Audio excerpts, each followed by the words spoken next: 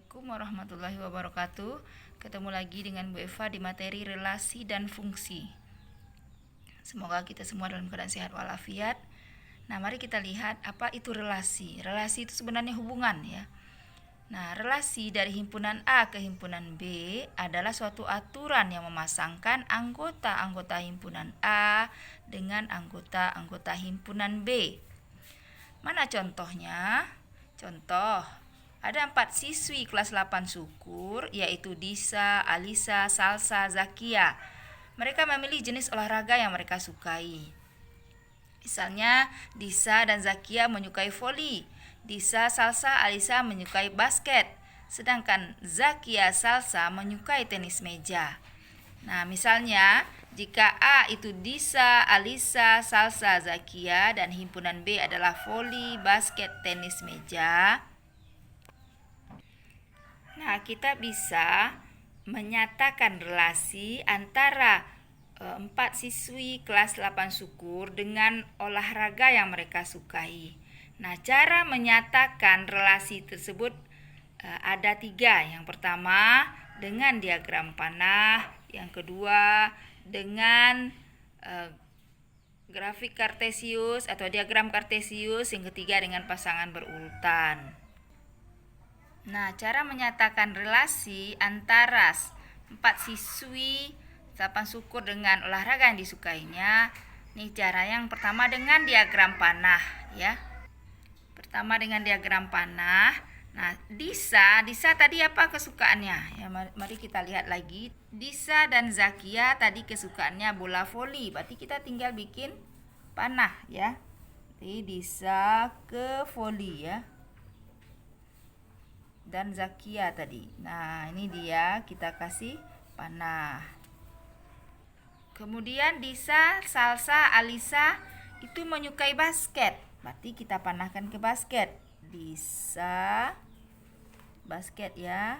Salsa, Alisa itu menyukai basket. Nah, kita kasih panah.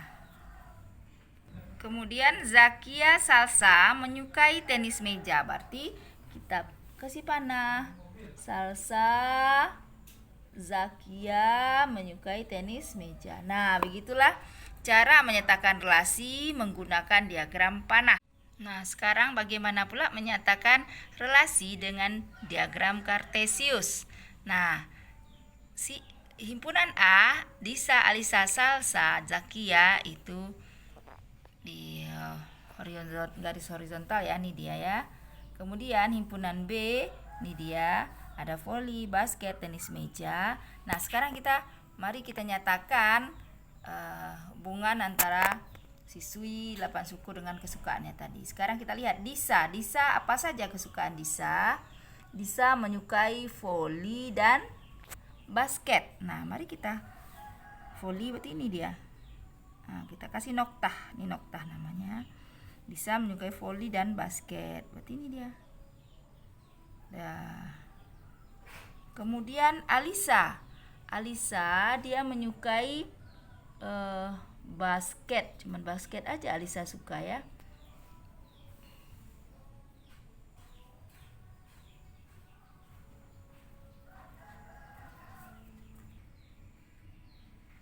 Nah, kemudian kita lihat Salsa menyukai apa saja? Ternyata Salsa menyukai basket dan tenis meja ya.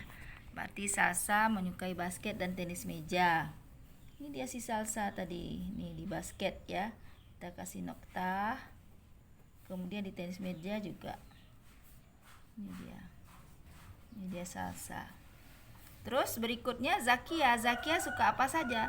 Ternyata Zakia suka voli dan tenis meja. Nah, ini dia Zakia. Ini Zakia suka voli dan tenis meja. Kita kasih noktah.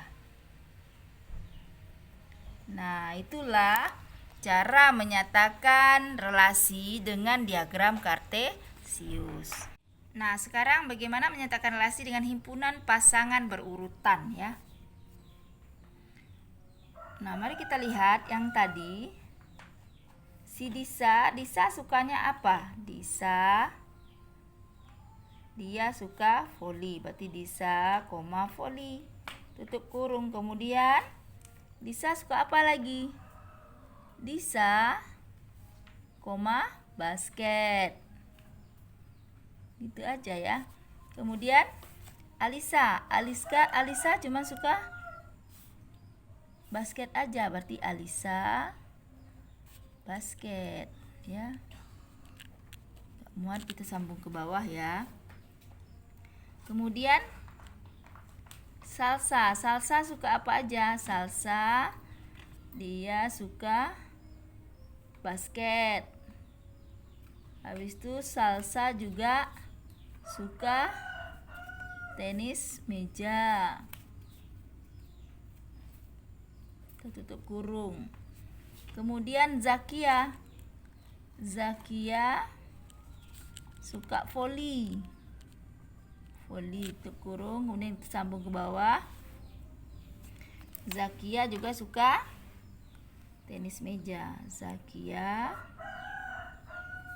tenis meja. Kita tutup kurung. Dah selesai. Cara menyatakan relasi dengan menggunakan himpunan pasangan berurutan ya. Nah, sekarang kita lihat contoh yang kedua, relasi yang menyatakan faktor dari himpunan A ke himpunan B. Himpunan A itu 1, 3, 5, 7. Himpunan B terdiri dari 2, 4, 6, 10. Mari kita lihat relasinya dari A ke B menggunakan diagram panah. Misalnya faktor dari apa saja? 1. Kalau faktor 2 apa saja? 1 dan 2 ya. Faktor 4 juga 1, 2, 4. Faktor 6 juga 1, 2, 3, dan 6. Faktor 10 juga 1, 2, 5, dan 10. Jadi 1 faktor semuanya sepertinya. Berarti 1 ya. Kita lihat 1 juga faktor dari 2, 1 faktor dari 4, 3 faktor dari 1 juga faktor dari 6, 1 juga faktor dari 10. Kemudian 3 faktor dari apa saja? 3 faktor dari 6. Kalau 5 faktor dari 10. 7 nggak ada ya. 7 nggak dapat kawan ya. 7 bukan faktor 2, bukan faktor 4, bukan juga faktor 6 dan 10. Nah, itu dengan diagram panah. Sekarang gimana dengan diagram kartesius? Kita tinggal masangkan 1 tadi dengan 4, 2, 4, 6, 10 ya. Nah, mari kita buat. Nah, berarti ini 1 dengan 2, 1 juga dengan 4, 1 juga faktor dari 6. Buatkan noktahnya, ini yang bulat-bulat ini namanya noktah. 1 juga dengan si 10. Nah, sekarang berapa lagi? 3 faktor dari 6 ya. Ini dia. Gampang saja ya. Berikutnya apa lagi? 5 faktor dari 10. Ini dia. 7 nggak ada ya. Udah selesai menyatakan relasi faktor dari himpunan A ke himpunan B dengan diagram panah ya. Dan juga menyatakan relasi dari himpunan A ke himpunan B dengan diagram kartesius. Nah, berikutnya dengan himpunan pasangan berurutan. Nah, bagaimana dengan himpunan pasangan berurutan? Berarti kita buatlah kurung kurawalnya. 1 dengan 2. Berikutnya 1 juga dengan 4. Berikutnya 1 juga dengan 6. Kemudian 1 juga dengan 10. Berikutnya 3 dengan 6 saja. 3,6. Habis itu 5 dengan 10. Udah tutup kurung, selesai ya. Itu menyatakan relasi dari himpunan A ke himpunan B menggunakan himpunan pasangan berurutan. Nah, dari dua contoh tersebut insya Allah Ananda bisa memahaminya. Sekarang mari kita lihat fungsi atau pemetaan. Apa itu fungsi atau pemetaan? Kalau fungsi adalah relasi khusus yang memasangkan setiap anggota A dengan tepat satu anggota B. Jadi yang memasangkan, jadi relasi itu, fungsi itu adalah relasi khusus yang memasangkan setiap anggota A dengan tepat satu anggota B. Mana contohnya nih? Contohnya himpunan A terdiri dari 3, 4, 5, 6, B 9, 10, 11, dan 12. Nah, 3 ke 9, 4 ke 12, 6 juga ke 12, 5 ke 10. Mari kita lihat 3, nih ada pasangannya, 4 juga ada pasangannya, 5 juga ada pasangannya, 6 ada pasangannya. Jadi setiap himpunan A, anggota himpunan A punya satu pasangan di B. Jadi yang kita lihat yang di A saja ya. Jadi nggak ada yang di A ini yang kosong, semuanya punya pasangan di B, dan juga nggak ada di A ini yang double. Nah, itu dikatakan dengan fungsi ya. Nah, sekarang kita lihat yang ada di buku cetak Ananda ya. Yang dari I1, I2, dan I3, yang mana dikatakan fungsi? Mari kita lihat pengertian yang tadi. Pengertian tadi, fungsi itu relasi khusus yang memasangkan setiap anggota A dengan tepat satu anggota B. Kita lihat I1. I1 apakah merupakan fungsi? Apakah setiap anggota A punya satu pasangan di B? Tidak ya, ternyata si B punya dua pasangan dia, si V dan si W. Berarti ini bukan merupakan fungsi atau pemetaan ya. Nah, kita lihat I2. I2 gimana? Si A punya satu pasangan, si B juga, si C juga.